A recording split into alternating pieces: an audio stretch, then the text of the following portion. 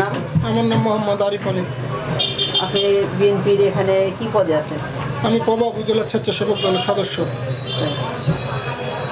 আপনার বাসা বরগাছিতে? আমার বাসা বরগাছি। 18 সাল থেকে কিছুদিন আগ পর্যন্ত জেল খেটেছে, মামলা হামলা, অনেকদিন জেলে ছিল।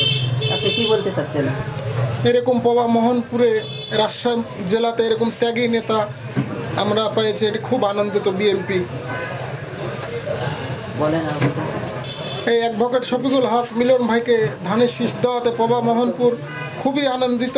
আমরা সবাই ধানের শীষের ভোট করব। তারেক জিয়ার যে নির্দেশ মানে না, যারা এই আন্দোলন মিছিল মিটিং করে রাস্তায়, এরা দলের হাইকমান্ড থেকে মনে হয় দল থেকে বহিষ্কার করুন। আপনারা দেখছেন কিছু কিছু জায়গাতে দল থেকে বহিষ্কার করছে এদেরকে।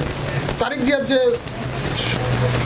মনোনয়ন মানে না, এরা বিএনপি কী করে দলে এরা বিশৃঙ্খলা সৃষ্টি করে।